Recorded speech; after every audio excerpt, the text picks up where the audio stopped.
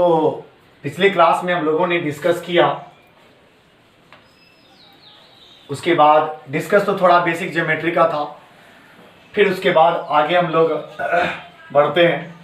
Parameters के बारे में बोला गया था। पैरामीटर्स में आइए, यही पैरामीटर्स इस चैप्टर का हार्ट है, इसलिए इस बात को ध्यान से समझें।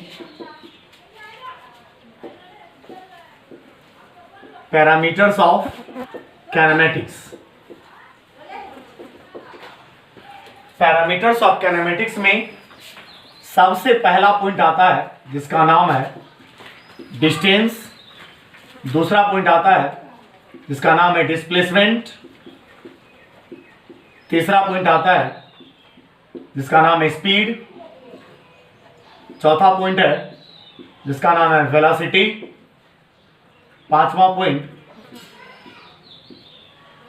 एक्सेलरेशन।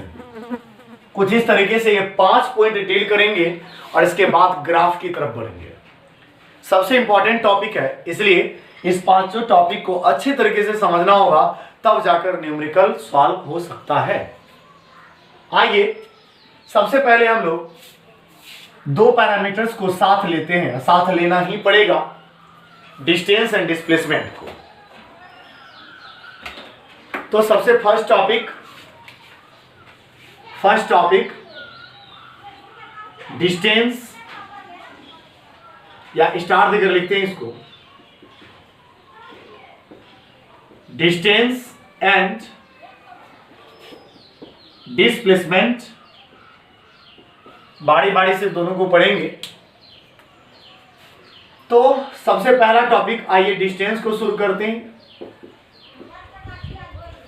और साथ ही साथ हम लोग डिस्प्लेसमेंट को भी।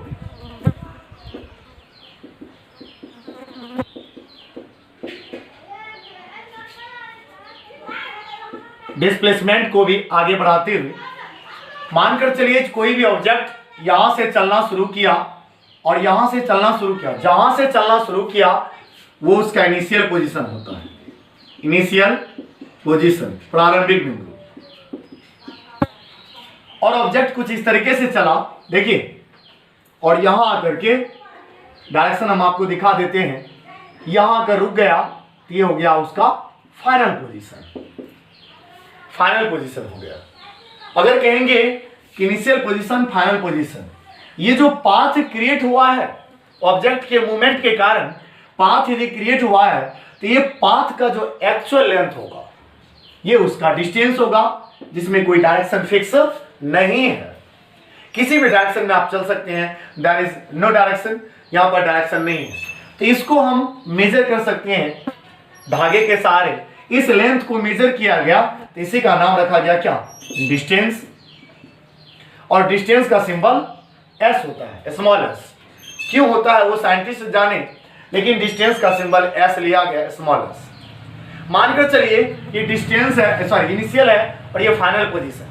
इनिशियल फाइनल पोजीशन के बीच मिनिमम डिस्टेंस क्या होगा, ये होगा मिनिमम डिस्टेंस, सीधा सीधा स्ट्रेट लाइन।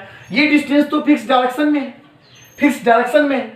यदि वही डिस्टेंस फिक्स डायरेक्शन में हो जो आप रेड कलर का देख रहे हैं, जिसका नाम क्या रखा जाएगा, डिस्प्लेसमेंट। तो डिस्प्लेसमेंट भी एक तरह का डिस्टेंस ही है जो फिक्स डायरेक्शन में होता है।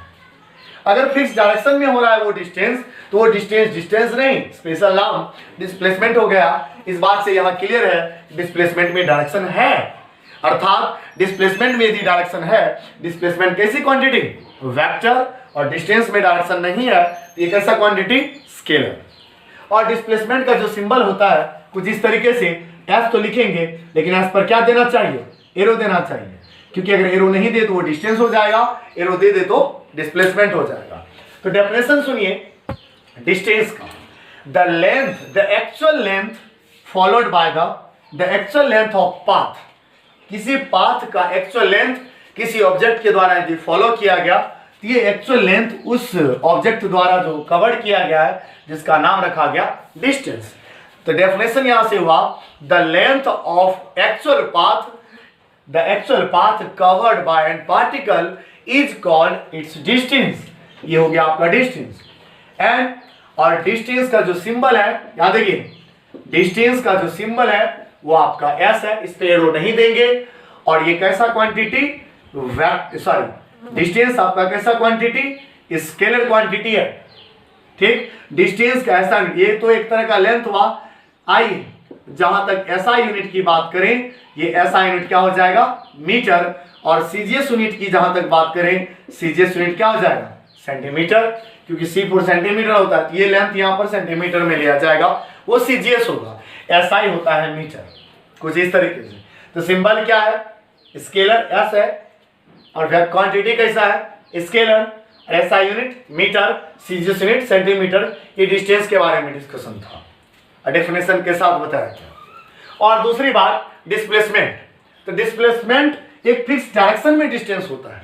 The distance in a fix direction is called displacement, या दूसरे लैंग्वेज में कह सकते हैं द मिनिमम डिस्टेंस या शॉर्टेज डिस्टेंस, चलेगा दोनों। The minimum distance between initial and final position is called displacement. तो डिस्प्लेसमेंट का जो सिंबल होता है, यहां देखिए, इसको नोट करिएगा, डिस्प्लेसमेंट का जो सिंबल होता है एस एरो, वेक्टर है। ये क्वांटिटी कैसा है, वेक्टर है। और जहां तक एसआई यूनिट की बात, वेक्टर है, एसआई यूनिट की बात करें तो ये भी तो एक तरह का डिस्टेंस हुआ, लेंथ हुआ, तो मीटर होगा। और सीजीएस यूनिट की बात करें डिस्प्लेसमेंट का, तो सेम वही सेंटीमीटर होगा। ऐसा डायग्राम आप बना लेंगे। कुछ इस तरीके से डिस्टेंस और डिस्प्लेसमेंट का डिस्कशन था। कुछ न्यूमेरिकल्स इस पर आएंगे, तो इस बात इसको रिवाइज करते रहेंगे। इस डेफिनेशन को, पूरा इंफॉर्मेशन को हम लोग फर्स्ट और सेकंड दो टॉपिक शुरू किए हैं, इस पर न्यूमेरिकल्स बताया जाएगा, कुछ एग्जांपल्स बताए जाएंगे अगले क्लास में। एक बार मैं फिर से रिपीट करना चाहता हूं। तो कहने का मतलब है distance, the actual length covered by the actual length of path covered by a particle is called distance. Its symbol is, it is represented by S. It is a scalar quantity. Its SI unit is meter and its CGS unit is centimeter. And displacement, the distance in a fixed direction is called displacement. या ये कह सकते हैं the shortest distance between initial and final position is called displacement. Its symbol is S arrow. Yeah, it is represented by S arrow. It is a vector quantity. Its SI unit is meter and its CGS unit is centimeter. और last में आप ये diagram बनाएंगे कैसा है। तो distance और displacement पर एग्जांपल आगे अगले क्लास में बताया जाएगा। फिलहाल इसको नोट्स करिए और फिर रिवाइज करिए। Thank you.